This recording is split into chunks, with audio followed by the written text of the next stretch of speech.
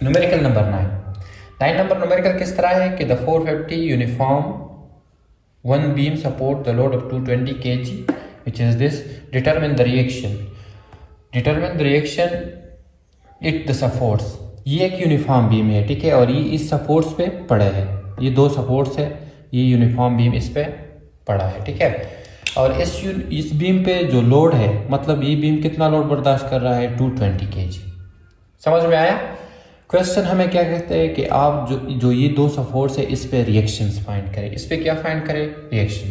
Total जो beam का मास है वो कितना है, 450 kg। इस मास से हम क्या फाइंड करेंगे, वेट ऑफ बीम। तो ये बराबर हो जाएगा mg, और m हमारे पास 450 और g है 9.8। तो वेट इसका कितना होगा, वेट इसका आएगा, इसको मल्टीप्लाई करेंगे तो वेट आएगा 4410 न्यूटन।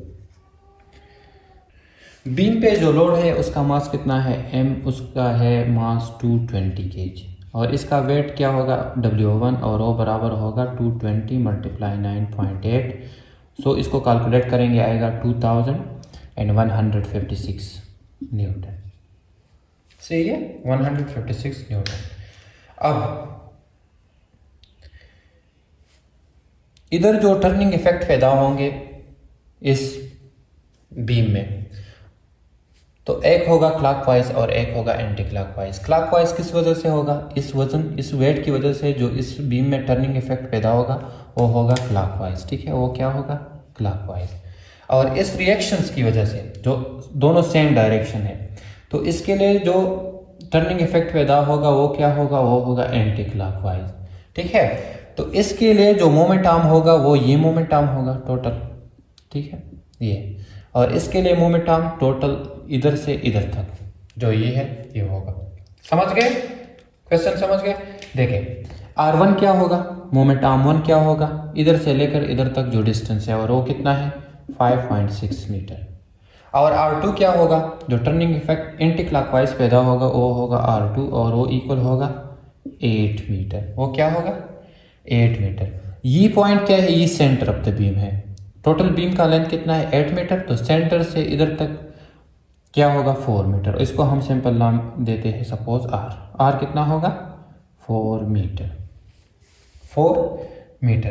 क्वेश्चन हमें क्या कहते हैं कि आप क्या फाइंड करें, देखिए, फाइंड हमने रिएक्शंस को है, क्या है, रिएक्शन किधर, इस सपोर्ट पे जो रिएक्शंस है, ठीक है, मतलब इधर से जो रिएक्शन है, और RA रिएक्शन A और रिएक्शन B, ये दोनों रिएक्शंस हमने क्या करने हैं, फाइंड करने हैं। तो फाइंड हमने A क्या करना है, रिएक्शन A इट्स सपोर्ट है, और रिएक्शन B, ये सपोज को नाम दे A, और ये क्या हो गया, B, और रिएक्शन B जो सपोर्ट्स रिएक्शन कर रहे हैं बीम पे वो हमने फाइंड करना है। तो क्वेश्चन समझ गए, ये हमने करने हैं फाइंड। तो किस तरह फाइंड करेंगे, हमें पता है सेकंड कंडीशन ऑफ इक्विलिब्रियम। जब एक बॉडी इक्विलिब्रियम में होता है तो इसके लिए सेकंड कंडीशन क्या है कि torque applied anti clockwise equal होंगे टॉर्क अप्लाइड क्लॉकवाइज। समझ गए? जो टॉर्क एंटी क्लॉकवाइज बॉडी में पैदा होता है वो टॉर्क इक्वल होंगे क्लॉकवाइज के। वो टॉर्क क्या किसकी इक्वल होंगे, क्लॉकवाइज के।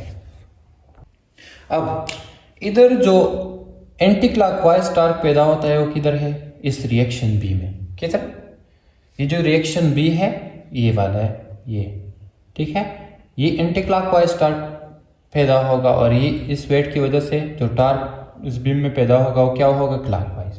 मतलब क्या, जो वेट है इसको नीचे धकेलेगा, मतलब इस तरह घुमाएगा, ठीक है, क्लॉकवाइज, और ये रिएक्शन क्या करेगा, इस तरह बीम को एंटी क्लॉकवाइज इसमें टॉर्क पैदा करेगा।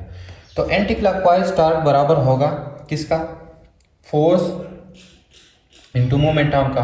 तो इधर फोर्स क्या होगा, रिएक्शन बी का जो फोर्स है, ये फोर्स, और ये क्या है, रिएक्शन बी एक फोर्स है, ठीक है। और इसके लिए जो मोमेंट आर्म है वो क्या है, ये मोमेंट आर्म को हमने नाम क्या दिया है, R2।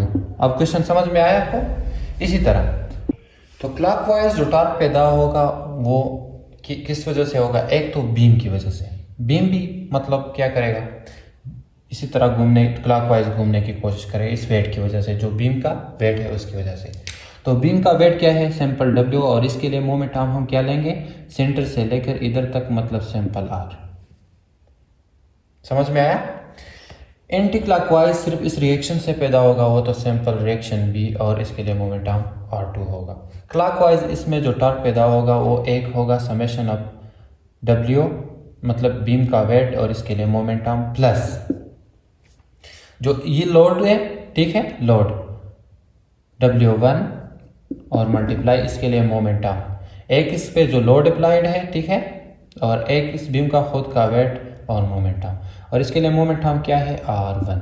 समझ में क्वेश्चन आया। जो एंटी क्लॉकवाइज टार्क इसमें पैदा होगा बी में, वो तो सिर्फ रिएक्शन से पैदा होगा, वो क्या होगा, RB, और इसके लिए moment arm which is R2।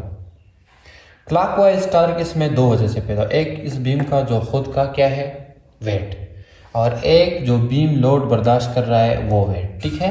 तो खुद का वेट और मोमेंट आर्म इसके लिए क्या होगा, R विच इज 4 मीटर, और जो लोड बर्दाश्त कर रहे होगा W1 और R1।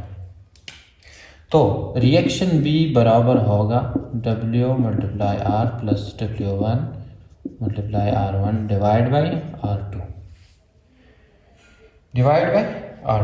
अब अगर हम इसमें वैल्यूज पुट करें तो RB बराबर हो जाएगा, W बराबर है किसके, 4410 मल्टीप्लाई R कितना है 4 प्लस W1 है कितना, W1 है 220 मल्टीप्लाई R1 कितना है, R1 है 5.6 डिवाइडेड बाई R2 कितना है 8, R2 कितना है 8।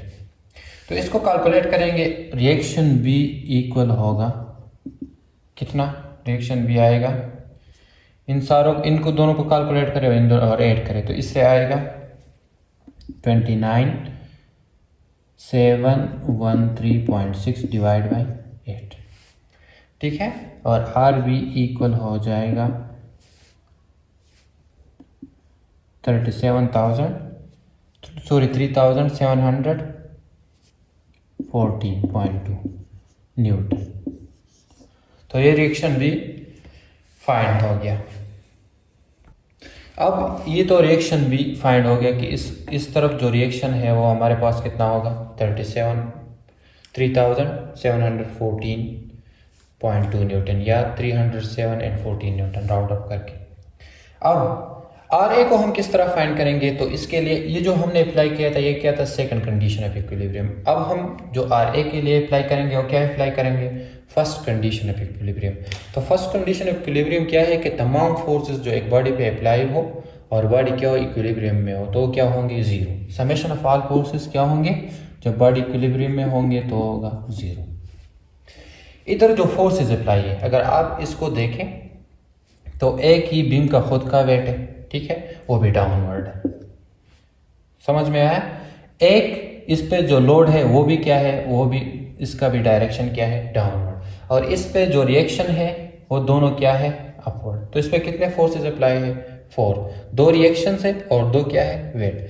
तो समेशन ऑफ आर फोर्सेस क्या होंगे, एक होगा RA प्लस जो सेम डायरेक्शन में है वो क्या है, RB, इसी तरह प्लस अपोजिट डायरेक्शन पे एक वेट ऑफ बीम है, ठीक है, एक क्या है, वेट ऑफ बीम, वो क्या है, W, और एक क्या है, और इसको हम लिखेंगे माइनस क्योंकि अपोजिट डायरेक्शन है, और दूसरा क्या है, दूसरा भी वेट है और वो किसका, वो लोड है, तो हो गया W1 माइनस इक्वल टू 0। समझ में आया। फर्स्ट कंडीशन ऑफ इक्विलिब्रियम क्या है कि तमाम फोर्सेस जब बॉडी इक्विलिब्रियम में है तो उसका समेशन क्या होगा, 0। समेशन इसको कहते हैं। तो ये बराबर हो जाएगा RA, ठीक है, plus RB plus minus minus W और माइनस W1 इक्वल टू 0। अब RA इक्वल हो जाएगा, इसको उधर शिफ्ट करेंगे तो ये प्लस हो जाएगा minus which is minus RB, ये हो जाएगा प्लस और ये भी हो जाएगा प्लस। ये तीनों हमारे पास मौजूद है, इसको फुट करेंगे तो RA हो जाएगा फाइंड, क्या RA हो जाएगा फाइंड। तो ये RA इक्वल हो जाएगा माइनस RB, तो ये आ जाएगा माइनस 3714 प्लस W क्या है, बीम की वेट कितनी है 44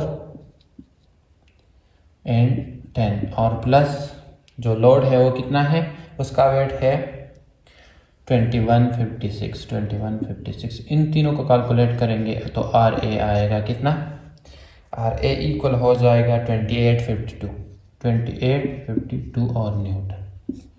तो इस तरीके से इस क्वेश्चन को हम क्या करेंगे, सॉल्व करेंगे। ठीक है, क्वेश्चन समझ में आया।